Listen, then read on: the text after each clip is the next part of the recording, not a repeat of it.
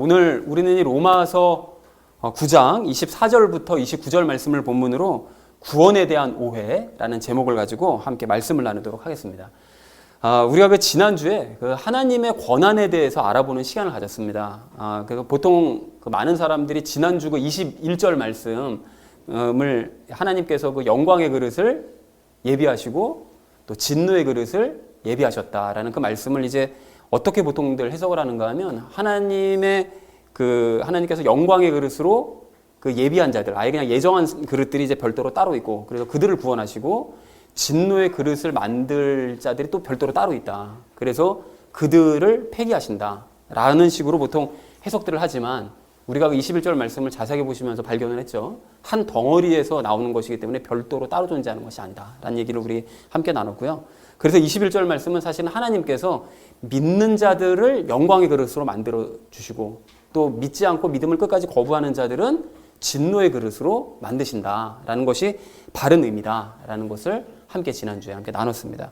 자, 그래서 이와 관련된 이야기 지난주 우리가 세 가지 이야기 나눴었거든요. 그래서 첫 번째 이야기가 무엇이었을까요? 그렇습니다. 하나님의 권한이 무엇인지 우리가 바르게 알자라고 말씀을 드렸습니다. 하나님께서 가지고 계신 권한은 노력을 기준으로 사람들을 심판을 행사하시는 권한을 갖고 계시느냐? 아니고요. 예정된 대로 심판하시는 권한을 가지고 계시느냐? 그것도 아니고요. 오직 딱 한 가지. 하나님께서는 오직 믿음을 가진 자들을 선과 악으로 나누시는 그 심판을 행사할 권한을 가지고 계신다라는 이야기를 지난주에 우리가 첫 번째로 나눴습니다. 그러면서 사람들이 왜 이렇게 노력을 기준으로 하나님께서 심판하신다 또는 예정을 기준으로 심판하신다라고 생각하는 이유는 말씀을 모르고 하나님을 모르기 때문에 자꾸 이런 일들이 벌어진다라는 이야기를 첫 번째로 나눴었죠. 자, 그런가 하면 두 번째로 나눴던 이야기는 무엇이었을까요? 그렇습니다. 바르게 이해하고 있으면 감사하자고 그랬습니다.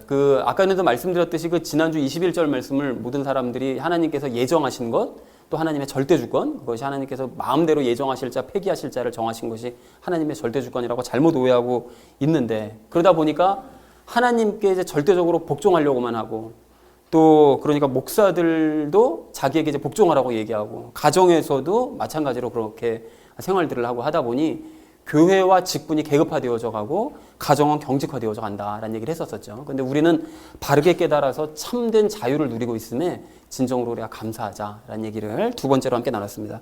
자, 그런가 하면 마지막 세 번째로 나눴던 이야기는 무엇이었을까요?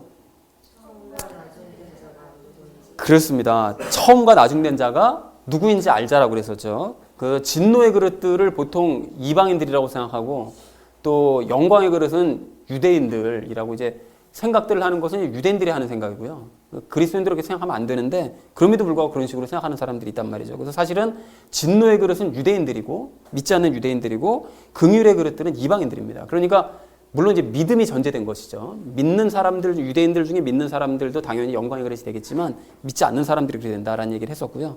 그리고 에서와 야곱이 바로 이러한 상황을 예표한다. 먼저 된 유대인들이 결국 하나님께 미움을 받고 나중된 야곱이 하나님께 사랑을 받는, 나중된 이방인들이 사랑받는, 이것이 이제 예표하는 것이라고 그랬고요.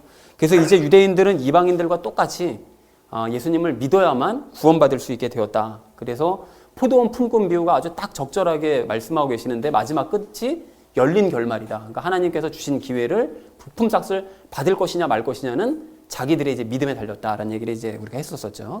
그래서 유대인들은 둘째치고 우리가 가까이에 있는 유대인 같은 사람들에게 이제 바른 복음을 전하자라는 얘기를 마지막으로 함께 나눴습니다. 자, 그래서 사랑하는 우리 나눔 있는 교회 성도님들 모두는 성경을 바르게 깨달으셔서 하나님의 영광의 풍성함을 이 땅에서 체험하면서 살아가시다가 마지막 날 진정한 영광에 이르시는 복된 성도님들 다 되시기를 다시 한번 주님의 이름으로 간절히 축원을 드립니다. 지난 시간과 연결시켜서 먼저 살펴보자면 지난주 말씀이 이거였죠. 믿는 이방인들을 존귀한 그릇으로 만드시고 또 믿음을 거부한 유대인들을 진노의 그릇으로 하나님께서 만드신다 할지라도 하나님의 그런 권한에 대해서 우리는 이렇다 저렇다 불평할 수 없다. 왜 하나님께서 먼저 만드신 자를 이렇게 진노의 그릇을 만드시냐라고 유대인들이 감히 따질 수도 없고 이방인들도 따질 수 없다라는 것이 이제 지난주 이야기였습니다. 자, 그런가 하면 그것과 연결지어서 오늘 하고자 하는 이야기는 바로 이건데요. 그리고 하나님의 이러한 권한은 이미 과거부터 다 계획된 일이었다. 그러니까 하나님께서 무슨 홧김에 유대인들이 말을 안 들으니까 홧김에 확 결정하신 이런 일이 아니라 아예 오래전서부터 계획된 일이었다라는 것을 그 대언서들을 통해서 입증하고 있다는 것을 확인하시면 좋을 것 같습니다. 자, 그래서 한 절 말씀씩 좀 보도록 할 텐데요. 앞에 있는 24절 말씀 우리 함께 좀 읽도록 하겠습니다. 시작.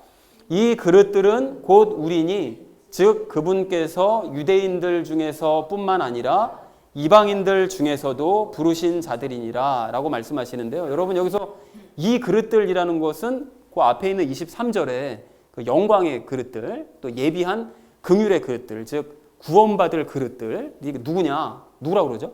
우리라고 얘기하죠. 근데 우리라는 것은 단순히 이제 이방인들뿐만이 아니라 그 믿는 유대인들 중에서 일부 믿는 사람들이 뭐 12제자나 바울이나 뭐 기타 믿는 사람들이 있었으니까요. 그리고 유대인들과 이방인들 중에서 믿는 자들은 다 그 긍휼의 그릇이 될 수 있다라는 그런 얘기인 거죠. 그래서 이렇게 되어져 있습니다.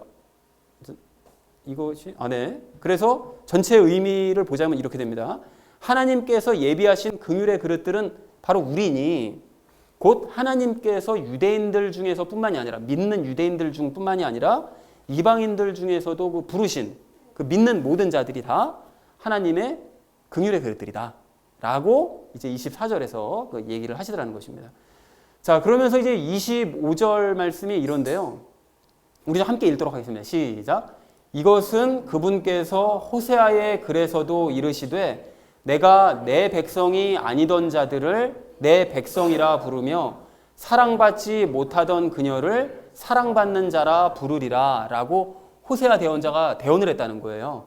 자, 그런데 여러분 먼저 아셔야 될 것은 여기 25절과 26절 말씀, 그 두 절 말씀은 호세아의 그 대언을 통해서 이방인들의 구원이 이미 계획되어 있었다는 것을 설명을 합니다. 그러니까 25절, 26절은 호세아를 통해서 이방인들이 이미 하나님께서 구원 계획을 가지고 계셨다는 걸 얘기하고 그 27절서부터 29절 말씀은 이사야 대언자 말씀을 통해서 유대인들을 또 어떤 유대인들을 구원하시는가 이것에 대해서 두 가지로 나눠서 이제 이야기를 하고 계신다는 거죠.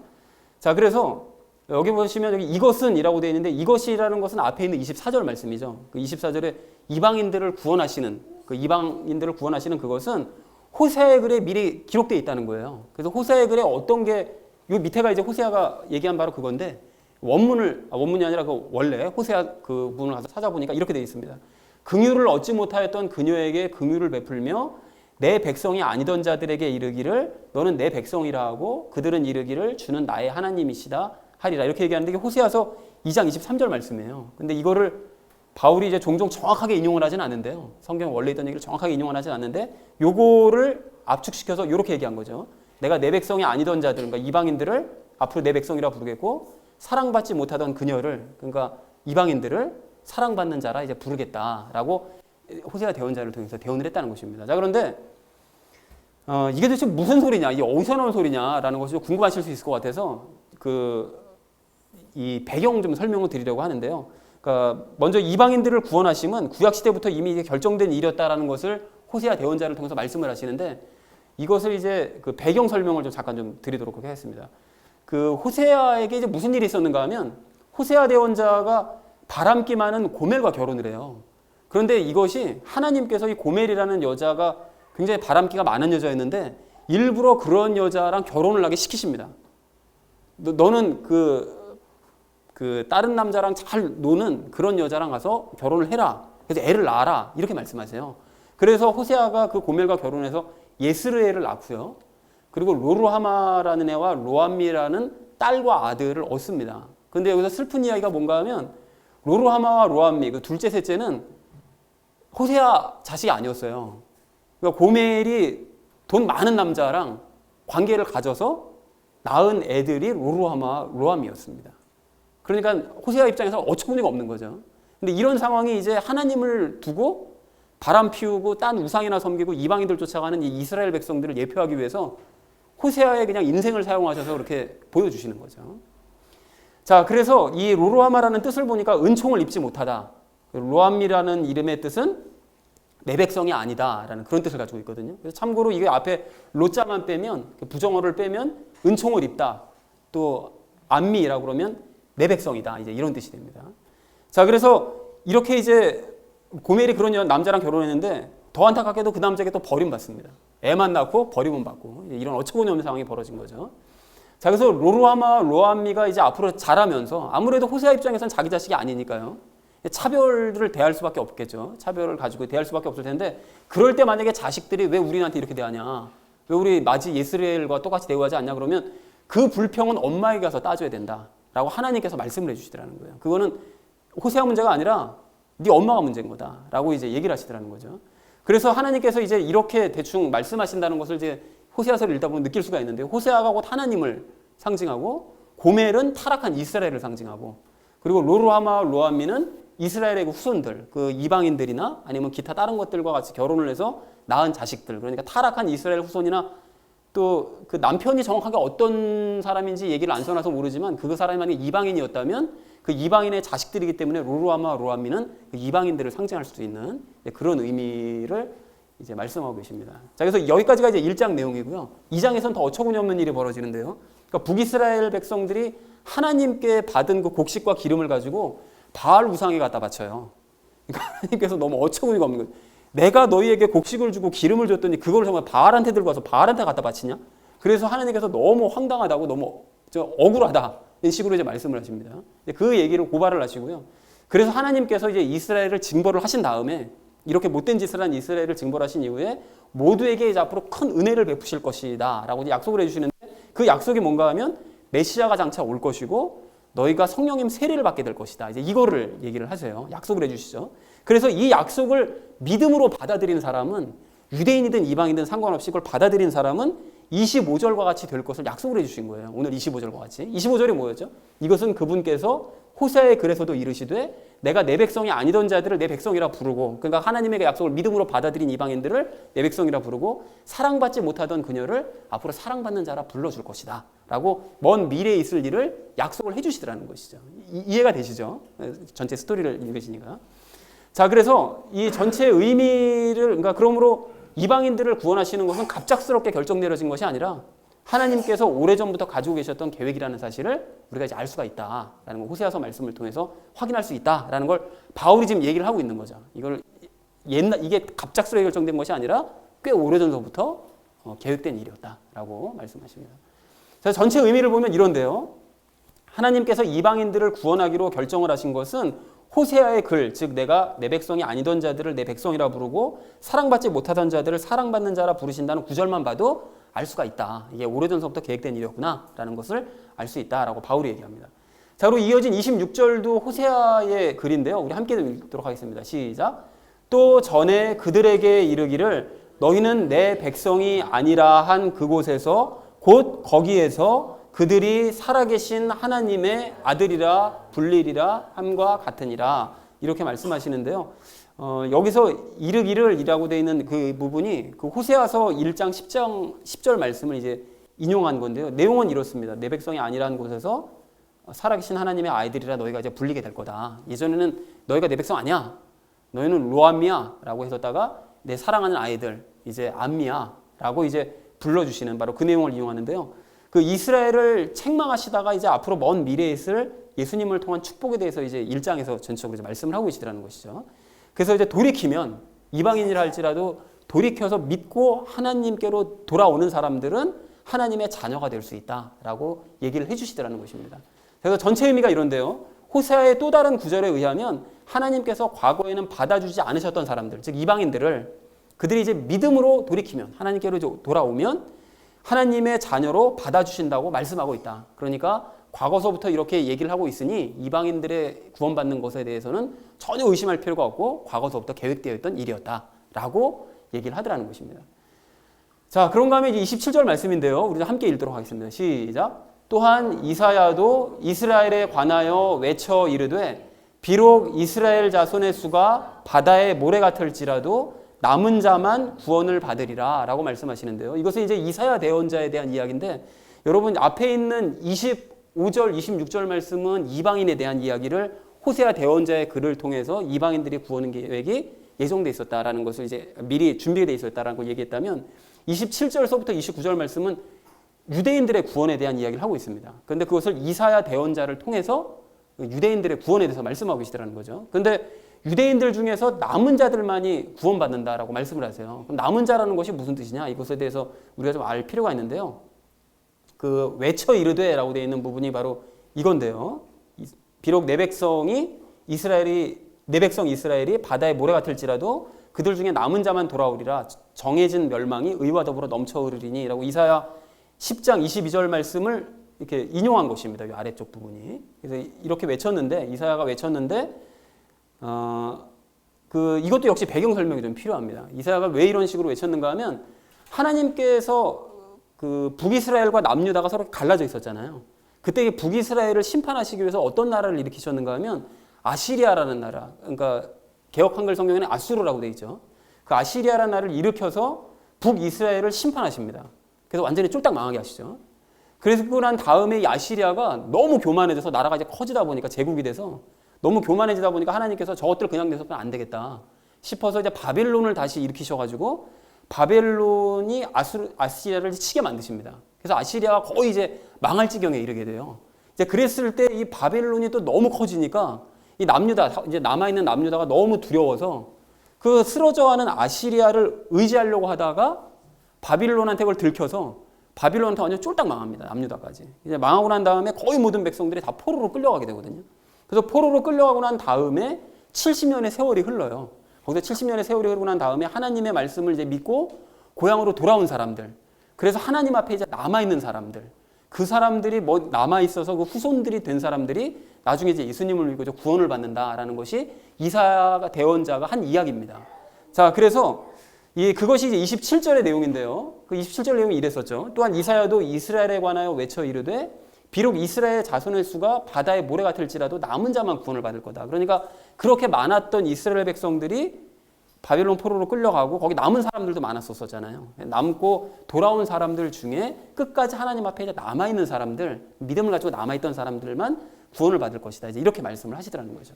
자, 그래서 전체 의미가 이렇습니다. 이사야도 이스라엘의 구원에 대해 외쳤는데 이스라엘 자손의 수가 아무리 많더라도 하나님의 말씀을 믿고 하나님께로 돌아와 하나님 앞에 남은 자만 구원을 받는다라고 선포를 했다. 그러니까 유대인들이라고 다 구원받는 게 아니라 믿는 자만 구원받을 수 있다라고 이제 대언을 했다라는 것입니다. 자, 이어진 28절 말씀도 우리 함께 좀 읽어보실까요? 시작. 그분께서 그 일을 끝마치시고 의 안에서 그것을 단축시키시리니 이는 단축된 일을 주께서 땅 위에서 이루실 터이기 때문이라 하느니라 라고 되어 있는데 이 말씀이 약간 좀 어렵게 느껴집니다. 그래서 여러분 여기 이 말씀이 이사야서 10장 22절 23절 말씀하고 마태복음 24장 22절 말씀을 자유롭게 인용을 해서 앞에 있는 27절 말씀을 좀 부연 설명한 거예요. 그래서 마태복음 24장 22절 말씀을 보시면 예수님께서 뭐라고 그러셨는가 하면 마지막 때가 이를 텐데 그 마지막 때의 그 고통을 하나님께서 단축시켜 주지 않으셨더라면 그러면 남는 자가 아무도 없을 것이다. 너무 고통스러워서 모두가 다 죽게 될 텐데 그 믿는 자들을 하나님께서 특별히 생각하셔서 그 기간을 단축시켜 주셔서 그 사람들이 고통을 덜 받게 될 것이다. 이제 이 말씀을 함께 연결시켜서 부연 설명을 합니다. 그래서 그 내용을 보시면 이런데요. 그 일을 끝마치신다는 것은 무슨 소리인가 하면 이스라엘 백성들을 포로로 이제 끌려가게 하실 것이다. 예정대로. 그렇게 말씀하시고요. 그리고 의 안에서라고 말씀하시는데 의 안에서라는 것은 하나님께서 옳다고 생각하심에 따라서 이제 이런 일들을 행하실 것인데 그것을 단축시키신다라는 것은 포로 생활의 기간을 단축시켜 주신다라는 거예요. 원래 더 오래 고통을 받아야 되는데 그 저지른 죄에 비하면 그걸 단축시켜 주신다는 거죠. 그리고 단축된 일을 주께서 땅 위에서 이루신다는 것인데 이게 무슨 뜻인가 하면 그 단축시켜서 포로 생활을 하시는 바로 그 일을 하나님께서 반드시 이루실 거라는 거예요. 그러니까 하나님께서 그 일을 이제 단축시킨 포로 생활을 하게 하심으로 말미암아 거기에서 이제 돌아올 자들이 반드시 생길 것이다. 만약에 그 기간이 100년, 200년이 돼버리면 거기서 돌아올 자들이 아무도 없을 텐데 그 기간을 단축시켜 주시는 그 일을 행하실 것이기 때문에 결국은 그 사람들이 이제 돌아오는 자가, 남은 자가 생길 것이다라는 그런 의미라는 것이죠. 그래서 그 일을 이루실 것이기 때문에 반드시 이제 사람들이 돌아오게 될 것이다. 이제 이런 의미입니다. 자, 전체 의미를 보면 이제 이렇게 되는데요. 하나님께서는 당신의 백성들을 끌려가게 하시되 그 기간을 단축시키실 것이기 때문에 남은 자들이 돌아와서 이제 구원을 받게 될 것이다. 라는 것이 28절의 의미입니다. 자, 이제 마지막 29절 말씀인데요. 29절도 함께 읽도록 하겠습니다. 시작. 이것은 또 이사야가 미리 말한 바 만군의 주께서 우리를 위하여 한 씨를 남겨두지 아니하셨더라면 우리가 소돔같이 되고 고모라같이 되었으리로다 함과 같으니라. 이게 앞에 있는 말씀과 거의 의미가 비슷한데요.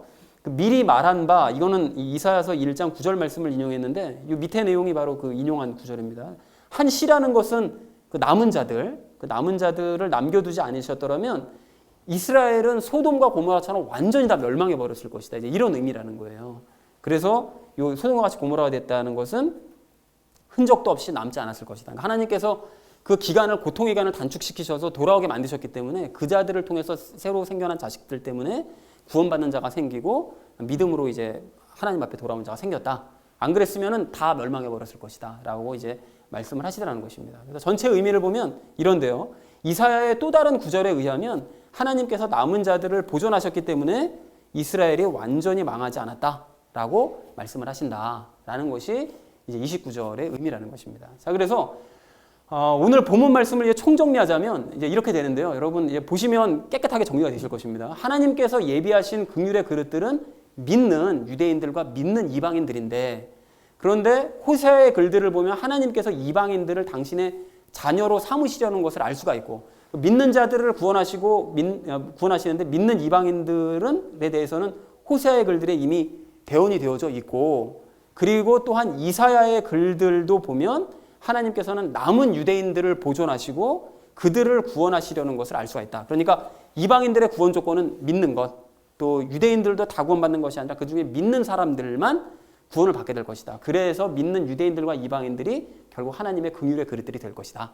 라는 것이 오늘 전체의 본문 말씀의 내용입니다. 여러분 이해들이 되셨죠?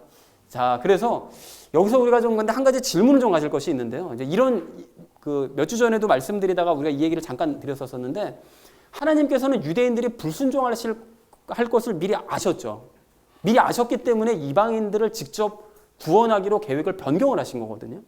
그러니까 원래는 유대인들이 잘 믿으면 그 유대인들이 복음을 전파하게 해서 이방인들이 하나님을 믿을 수 있게끔 원래 계획을 세워놓으셨었다가, 유대인들이 불순종할 것을 아셨기 때문에, 미리 아셨기 때문에 이방인들을 직접 구원하기로, 이제 믿는 자들을 구원하기로 결정을 하셨는데, 그렇다면 유대인들은 예정된 불순종의 길을 간 것이냐라고 얼핏 우리가 생각할 수가 있어요. 먼저 번에 잠깐 이 얘기를 했었죠. 그러니까 하나님께서 보시기에 유대인들이 불순종할 거다라는 걸 결국 아셨다는 얘기는, 유대인들이 그 중간에서 어떤 길을 갈지라도 결국은 불순종하는 길을 갈 수밖에 없는, 그러니까 이거 예정된 거 아니냐, 이 길이, 라고 이제 생각을 할 수 있다라는 거예요.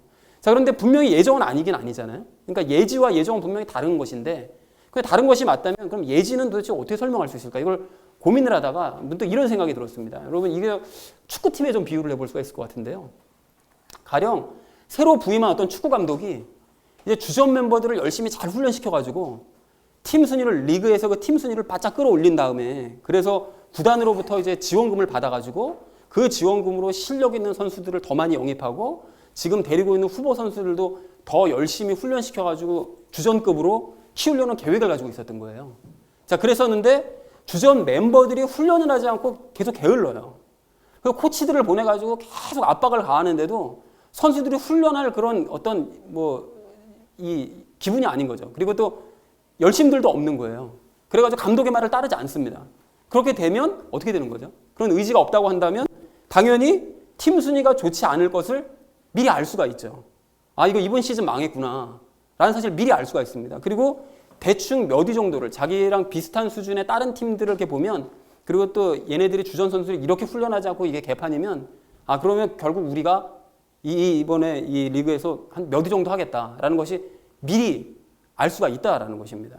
자, 그래서 그렇게 되면 지원금이 미리 깎일 것도 알 수가 있죠. 구단으로부터 지원금이 나오지 않을 것도 알고 있고, 그로 인해서 새로운 선수 영입이나 후보를 더 이상 키울 수 없다는 사실도 미리 알 수가 있는 거죠. 이 모든 것들이 다 정해진 건 아닌데, 정해진 건 아니죠. 하지만 얘네들이 하는 일을 보면, 싹수를 보면 이것이 이렇게 앞으로 되어져 가겠구나라는 것이 미리 보일 수가 있다는 것입니다. 미리 알 수가 있다는 것이죠.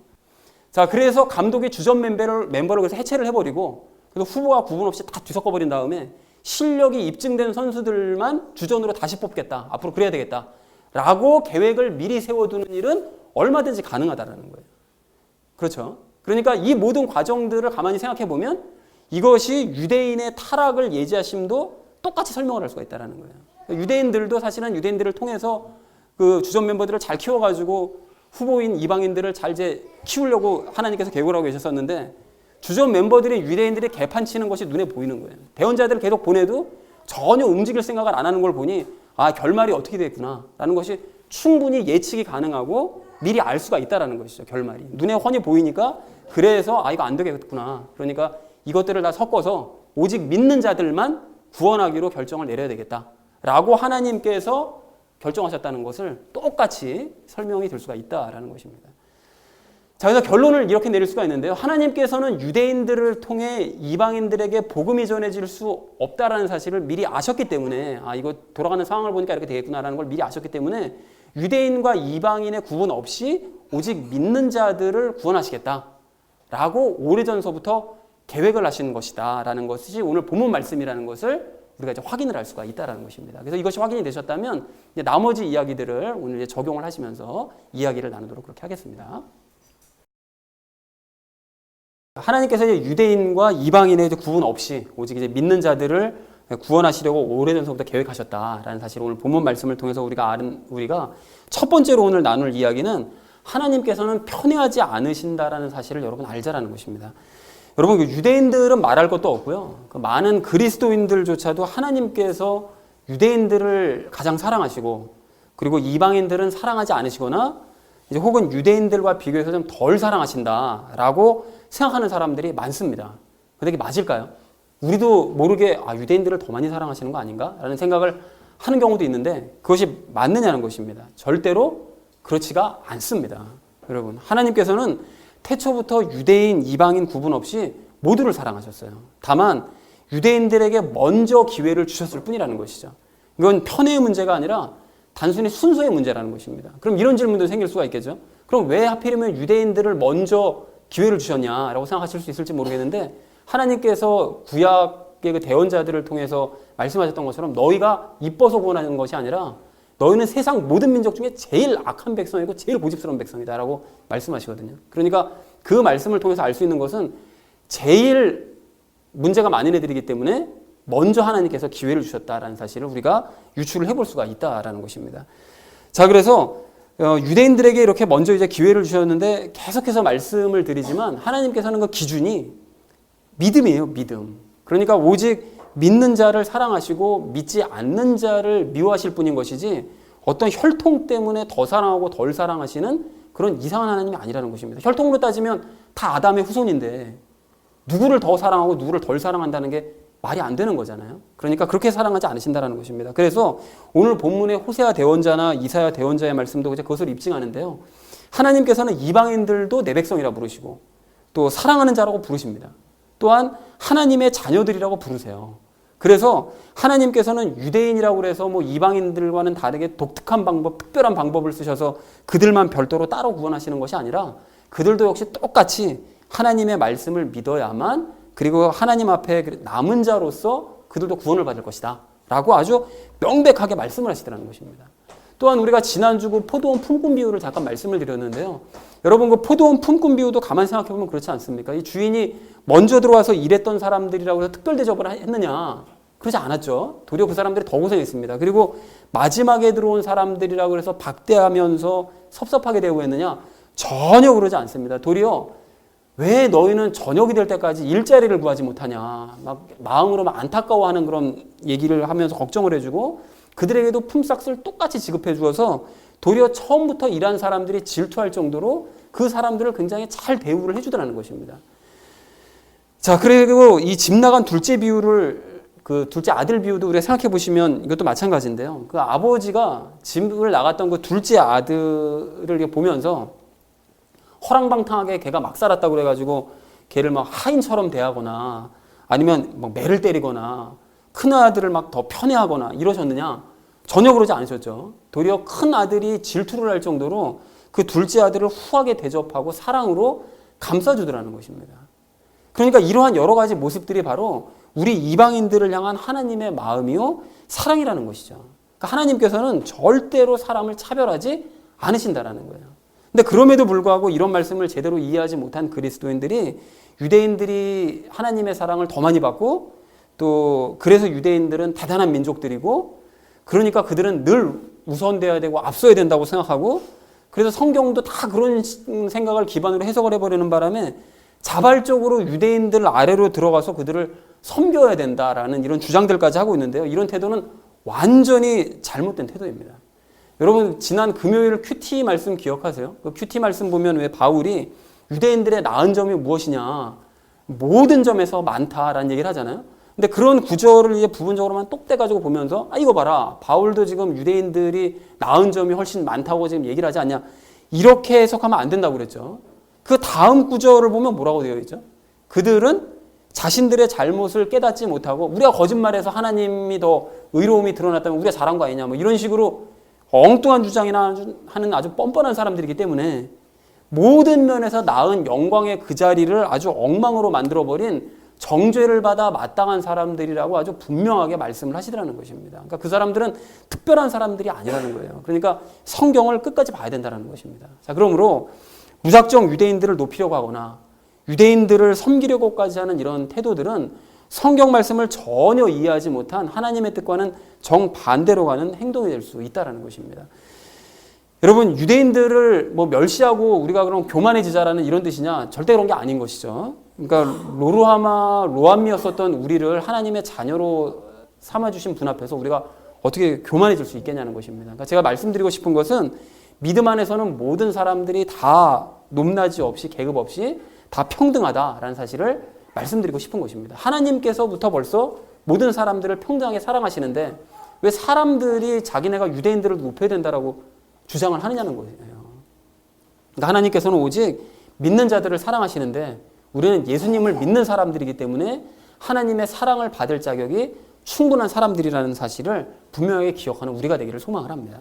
사랑하는 우리 나눔 믿는 교회 성도님들 모두는 하나님께서 편애를 하신다거나 또 유대인들을 더 사랑하시고 우리를 덜 사랑하신다는 그런 오해를 버리시고 태초부터 우리를 사랑하신 그 하나님의 사랑을 날마다 누리시며 감사하시는 복된 성도님들 다 되시기를 주님의 이름으로 간절히 축원을 드립니다. 자, 하나님께서 유대인과 이방인의 구분 없이 오직 믿는 자들을 사랑하신다. 또 그들을 구원하시려고 오래전부터 계획하셨다라는 사실을 알게 된 우리가 오늘 두 번째로 나눌 이야기는 상대적으로 적은 수가 구원받는다는 사실을 알자라는 것입니다. 여러분 유대인들은 자신들이 아브라함의 후손이고 또 하나님의 택함을 받은 민족이기 때문에 큰 죄만 저지르지 않으면, 큰 사고만 치지 않으면 당연히 자신들이 구원받는다라고 철석같이 믿고 있습니다. 지금도 그렇게 믿고 있거든요. 그러나 오늘 27절에서 하나님께서 뭐라고 말씀하시는가 봤더니 이스라엘 자손의 수가 아무리 많다 할지라도 하나님의 말씀을 믿고 하나님 앞에 남아있는 자, 그 사람들만 구원을 받을 수 있을 것이다라고 분명하게 말씀하신다는 거예요. 그런데 여러분 이거는 지금도 마찬가지라는 것이죠. 그러니까 믿음으로 하나님 앞에 남아있는 자만 구원을 받는다라는 이 말씀은 개신교인들에게도 똑같이 적용될 수 있는 말씀이라는 것입니다. 그래서 많은 그리스도인들이 이제 어떤 식으로 생각하는가 하면 많은 사람이 모인 교회에 자기가 그 안에 이제 안정적으로 속해 있으면 그러면 자신이 이제 구원을 받았다라고 막연하게 생각하는 경향이 있어요. 어렸을 때부터 그 교회에서 계속 자라왔고 그 많은 사람들이랑 같이 부대끼면서 살다 보면 나는 교회에 이렇게 매주 다니고 하나님을 아는 자니까 그러니까 나는 구원받은 사람이야 라는 것을 의심치 않고 믿고 있죠. 근데 그것이 유대인들의 모습과 똑같을 수 있다는 거예요. 유대인 공동체 내에서 어렸을 때부터 생활을 해왔기 때문에 하나님을 알고 있다는 것을 나는 당연히 구원받는 사람이지라고 생각하는 것과 똑같은 모습이라는 것입니다. 하지만 오늘 27절 말씀을 빌려서 말씀드리자면 교회에 다니는 사람들이 바다의 모래와 같이 많을지라도 그 모든 사람들이 다 구원받는 것이 아니고 오직 남은 자요. 즉 하나님의 말씀을 믿고 예수님과 연합해서 좁은 길을 걸으려고 하나님 앞에 남은 자요. 다시 말해서 하나님의 말씀을 믿고 예수님과 연합해서 예수님을 닮는 삶을 살려고 하나님 앞에 남은 자들이요. 그 사람들만 구원을 받는다는 것입니다. 그러니까 구원의 기회는 모든 사람들에게 다 활짝 열려는 있지만 그렇다고 해서 모든 사람들이 다 구원을 받는 것은 아니라는 것입니다. 이렇게 하나님께서는 많은 숫자를 중요하게 생각하시는 분이 아니라 그 안에서 진짜 믿음을 가진 상대적으로 적은 수의 사람들에게 하나님께서는 주목을 하신다는 것입니다. 그럼에도 불구하고 이제 대다수의 그리스도인들이 많은 숫자를 좋아하죠.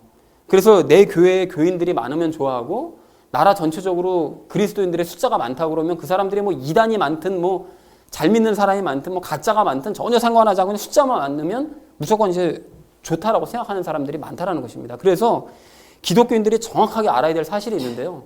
하나님께서는 역사 내내 많은 무리들을 좋아하신 적이 단 한 번도 없으셨습니다. 근데 이런 얘기를 이제 들으면 무슨 소리야 하면서 이제 반발하는 사람들이 이제 많을 텐데요. 다윗 때 백성들이 전체 그 모든 백성들이 다 하나님 열심히 섬기지 않았었냐.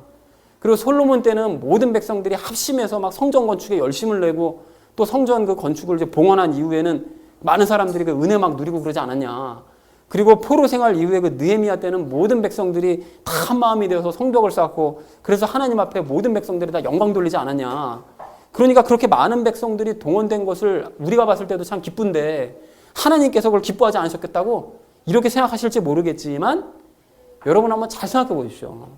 여러분 이렇게 표현하면 좀 그럴지 모르겠는데 그 많은 무리들이 사실은 다 빛 좋은 개살구들이었어요. 다.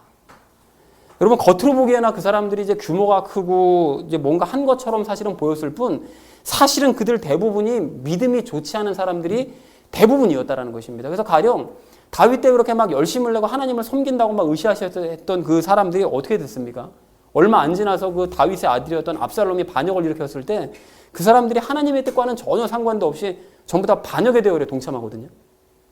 그러니까 하나님을 믿고 안 믿고도 뭐 상관도 없었던 사람들이었던 거예요. 그리고 솔로몬 때도 사람들이 초반에는 신앙이 좋은 것 같았었지만 점차 솔로몬의 폭정에 막 괴로워하면서 나중에는 하나님을 다 잊어버렸고요. 아예 왕서부터 솔로몬서부터 하나님을 싹 다 잊어버렸었고요.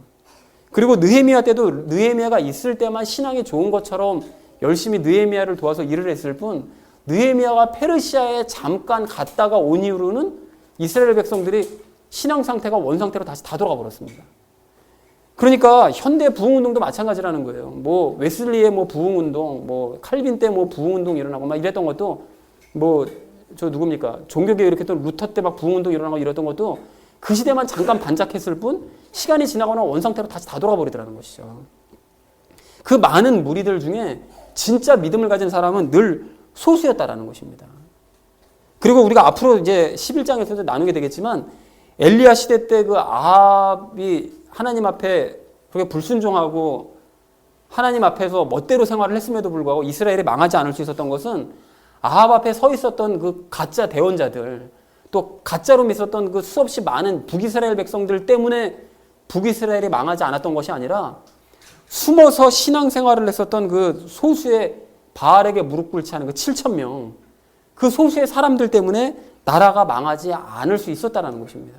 그리고 여러분 예수님도 한번 생각해 보십시오. 셀 수 없이 많은 사람들이 예수님 열심히 쫓아다녔었잖아요. 그래서 그 많은 사람들이 예수님 쫓아다니고 막 그래서 지금도 부흥운동 일으키면 예수님께서 이렇게 역사하시고 예수님의 말씀이 있는데 왜 예수님 때와 같은 부흥의 역사가 일어나지 않는가?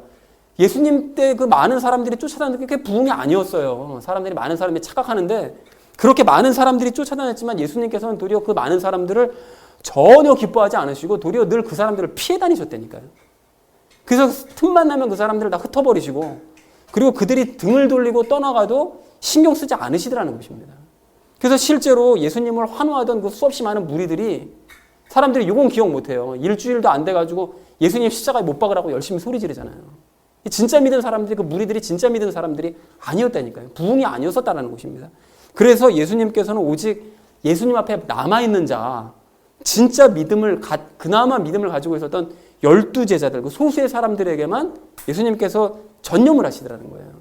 그리고 그 소수의 12명이 복음을 전파하기 시작한 것이 지금 이 시대에 복음이 전 세계 전체적으로 전파되는 이런 결과로 나타나더라는 것입니다. 여러분 그런 의미에서 우리가 생각해야 될 구절이 있는데요. 마태복음 22장 14절에 부름받은 자는 많으나 선정된 자는 적으니라라는 이 말씀을 우리가 기억해야 된다는 것입니다. 예정론자들은 이 말씀조차도 이제 예정으로 막 봐가지고 믿겠다고 하는 사람은 많지만 예정된 사람은 극히 적다. 뭐 이런 식으로 해석하는데 그건 말도 안 되는 주장이고요. 이 말씀은 당연히 믿음에 대한 말씀입니다. 그러니까 예수님께서는 이 말씀을 여러분 잘 아시는 그 결혼식 예화 끝에 이제 이 말씀을 하셨는데요.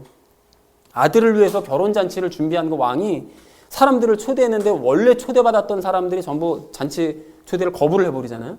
그러니까 왕이 군대를 보내서 그 사람들을 처음에 초대했던 사람들을 싹 다 멸해버리고 길거리에 있었던 사람들을 다 데리고 오라고 종들에게 명령을 하죠. 그래서 종들이 길거리 나가서 사람들을 다 초대를 해서 잔치자리를 가득히 메웠는데 잔치가 이제 진행이 될 때 왕은 사람들을 보기 위해서 잔치자리에 들어옵니다.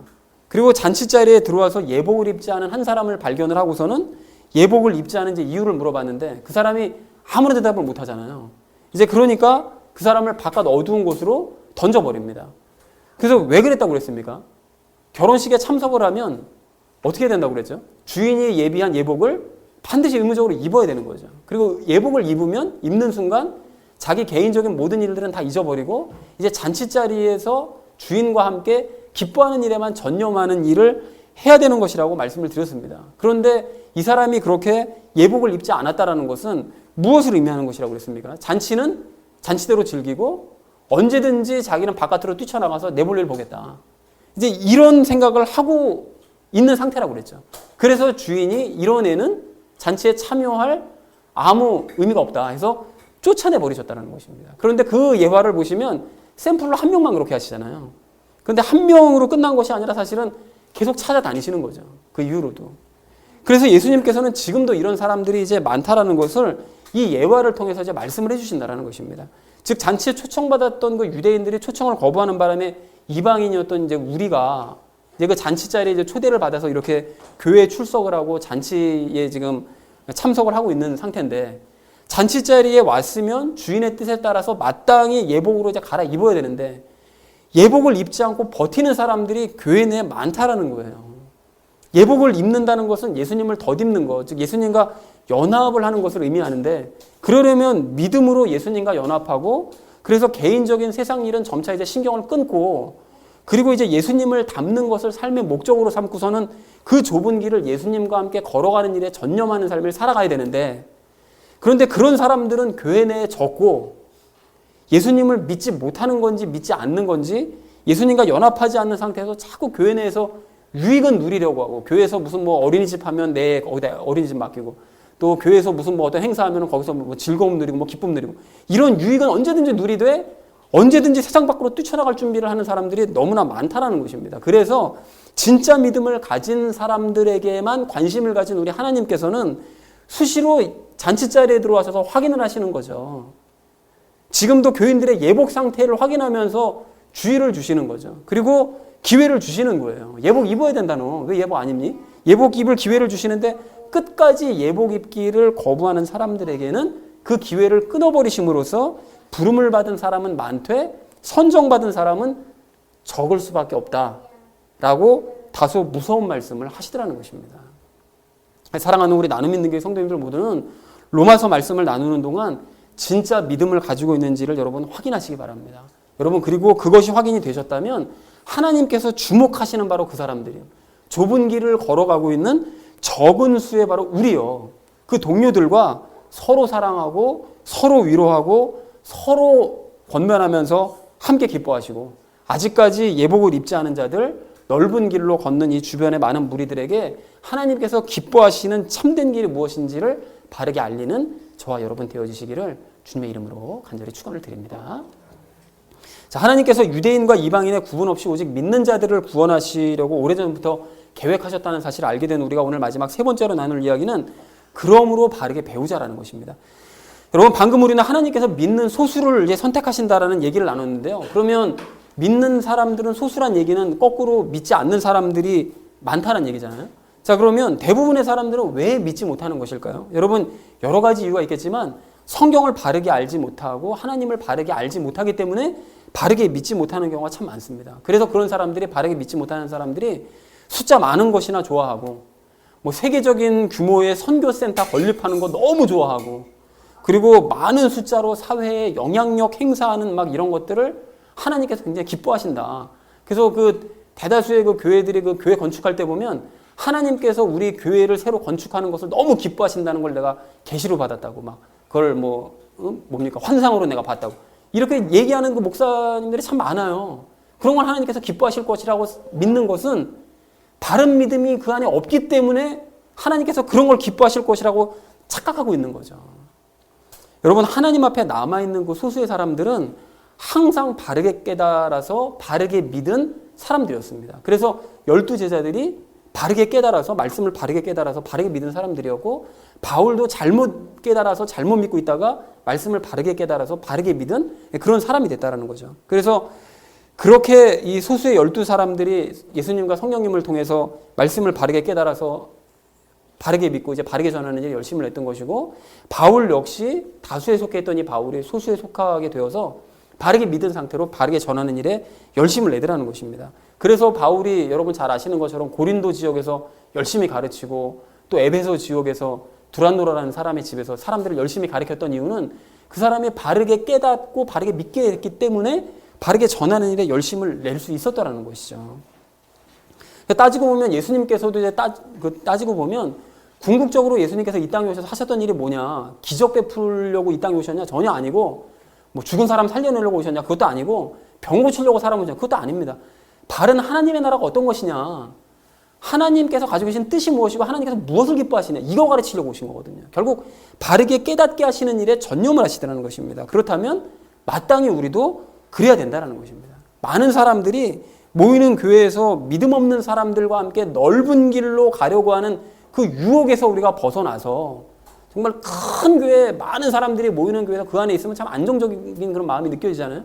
그런데 그 대부분의 사람들이 넓은 길로 가고 있다면 그런 자리에서 우리가 벗어나서 성경에서 무엇을 말씀하고자 하시는가를 성령님을 통해서 우리가 바르게 깨달아가고, 그래서 우리가 바른 믿음을 갖게 되고, 그래서 그것을 주변 사람들에게 전파하는 소수의 삶을 살아야 된다는 것입니다.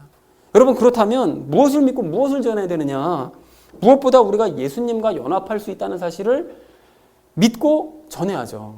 그리고 연합하기 위해서는 예수님을 믿는 그 믿음과 또 죄와의 분리에 대한 영적인 원리를 바르게 믿고 또 전해야 되는 거죠. 그리고 또 예수님과 연합한 이후에는 예수님의 믿음이 뭔지, 죄는 어디에 있는지, 그 죄를 왜 이겨야 되는 것인지, 우리의 삶의 목적은 무엇인지 등을 바르게 깨달아서 믿고 전파를 해야 된다는 것입니다. 그러니까 즉 로마서 1장의 말씀처럼 믿음에서 믿음까지 계시되니 복음을 먼저 우리가 바르게 깨닫고 그래서 바르게 믿어서 그 믿은 것을 주변 사람들에게 바르게 전파하는 일들을 우리가 해내야 된다라는 것입니다. 자, 그런데 여러분 여기서 우리가 조심하실 점이 있는데요. 복음을 그렇게 바르게 깨닫고 믿고 전할 때 그것을 머리로만 이해해서는 안 되고 머리로만 이해시키려고 해서도 안 된다는 것입니다. 가령 복음을 들을 때 A는 B니까 B는 C가 된다. 논리적으로 딱딱 맞아떨어지면 아, 이게 진짜 복음이구나. 이렇게 생각하는 수가 있는데요. 특별히 우리가 이제 제가 그 성경 본문 말씀을 이렇게 설명드릴 때 너무 이렇게 논리적으로만 설명을 해서 혹시 이것이 잘못 오해하시는 것들은 아닌가 제가 이런 걱정이 살짝 좀 들 때가 있는데요. 물론 복음이 논리적입니다. 우리 로마서 말씀만 봐도 복음은 황당무계하게 뭐 사람들이 알아듣지도 못할 말씀만 적혀져 있는 것이 아니라 충분히 논리적이에요. 충분히 논리적이고 사람들이 이해할 수 있게끔 하는 것이 분명히 맞긴 맞습니다. 그런데 그런 혹시 생각이 자칫 복음을 머리로만 이해하려고 시도하려는 것은 아닌가, 내가 혹시 이것을 우리가 돌아봐야 된다는 것이죠. 물론 뭐 논리적이지도 않고 막 되지도 않은 억지 쓰면서 어떤 목사님들 막 그러잖아요. 막 영적 해가면서 지 멋대로 그냥 앞에 있는 말씀 아무거나 갖다 붙여가지고서 막 이게 이런 뜻이라고 해석해버리는 이런 사람의 말은 들을 필요도 없겠지만, 그렇다고 해서 말씀이 무조건 논리적으로 이성적으로 이해가 되어야만 그게 진짜 복음이고 아, 내가 바르게 배웠다, 이렇게 생각해서도 여러분 안 된다라는 것입니다. 그래서 여러분 실제로 이랬던 사람들이 있는데요. 그 예수님을 따르던 유대인들이 바로 이랬습니다. 이 사람들이 처음에는 정말로 많은 사람들이 이제 예수님을 따라다녔었는데 그 예수님께서 오병이어의 기적을 일으키신 후에 그 무리들을 다시 만나셔서 이런 말씀을 하세요. 내가 하늘에서 내려온 빵을 주겠다. 그러니까 사람들이 환호를 했거든요. 아, 이제 우리가 고생하지 않아도 먹고 살 수 있게 됐구나. 옛날 과거 조상들처럼 만나 먹고 살듯이 우리도 이제 고생하지 않아도 먹고 살 수 있게 됐구나. 환호를 했는데 예수님께서 그 하늘에서 온 빵이 바로 나야. 이렇게 말씀을 하시니까 백성들이 막 수군거리기 시작합니다. 저거 요셉 아들인 거 우리가 다 알고 있는데 지가 하늘로부터 내려왔다 그러면 어떡해. 그러니까 이게 말씀을 머리로만 이해하려고 하다 보니까 논리적으로 말이 안 되는 얘기라고 생각이 드니까 이게 막 혼란스러워지기 시작하는 거예요. 그래서 예수님께서 수군거리지 말아라 라고 말씀하신 이후에 예수님이 곧 빵이고 나를 먹어야 된다. 그리고 그 빵은 곧 내 살이다. 이렇게까지 말씀을 하시니까 사람들이 막 서로 다툽니다. 아니 어떻게 사람 살을 먹냐는 거예요. 이게 논리적으로 이게 말이 안 되는 소리를 지금 하고 있다는 거예요, 예수가.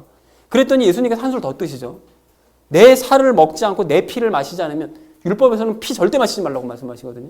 근데 내 피를 마시지 않으면 생명을 얻지 못할 것이다. 이렇게 선포를 하세요. 그리고 예수님의 살과 피를 먹고 마신 사람은 영생을 얻을 것이고 내가 그 사람 안에 들어가서 거할 것이다. 뭐 이런 말씀을 해버리시니까 이게 도저히 이게 예수님 따르던 무리들이 야, 이 말씀이 너무 어렵다. 이거 논리적으로 이게 앞뒤가 맞지 않는 말이다. 이렇게 하니까 사람들이 예수님을 다 떠나버리라는 거예요. 대부분 다 떠나버리고 12제자들만 남았습니다.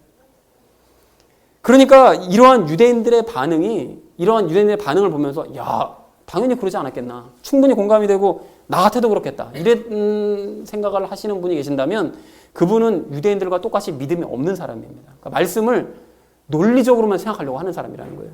그러니까 이렇게 말씀을 이해하려고만 하는 사람은 성경 말씀을 결코 읽을 수가 없습니다. 말씀은 먼저 믿음으로 받으려고 해야만 믿어지고 논리적으로 이해도 되는 것이지 머리로만 이해한다고 해서 믿음이 생기는 것은 절대로 아니라는 거예요.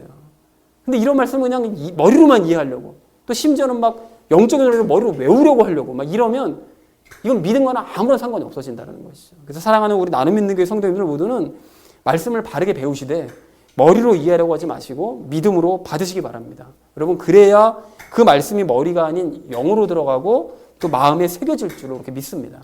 그리고 그렇게 믿음으로 바르게 배우신 그 말씀을 예수님과 함께 바르게 전하셔서 예수님처럼 또 12제자처럼 또한 바울처럼 하나님께서 기뻐하시는 참 유대인의 삶을 살아가시는 저와 여러분 되어지시기를 주님의 이름으로 간절히 축원을 드립니다.